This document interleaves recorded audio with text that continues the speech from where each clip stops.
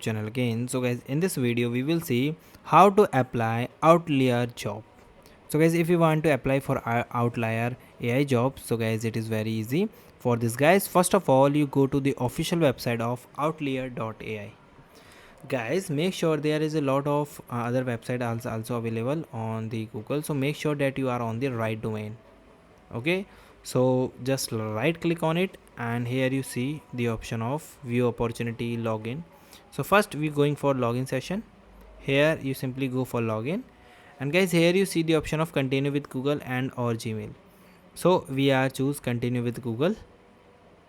Okay, after that, when you logged in, so guys, here it asks for explore the opportunity. So you just choose the opportunity, and here the search icon. If you want to change your location, add skills, you can change. Then you choose any of your job, then guys click the option of apply.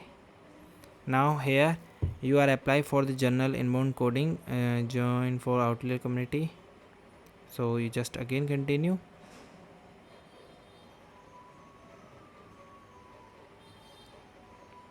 and guys, I think there is some glitch, but this is the way that you can apply. And guys, thank you and have a nice day.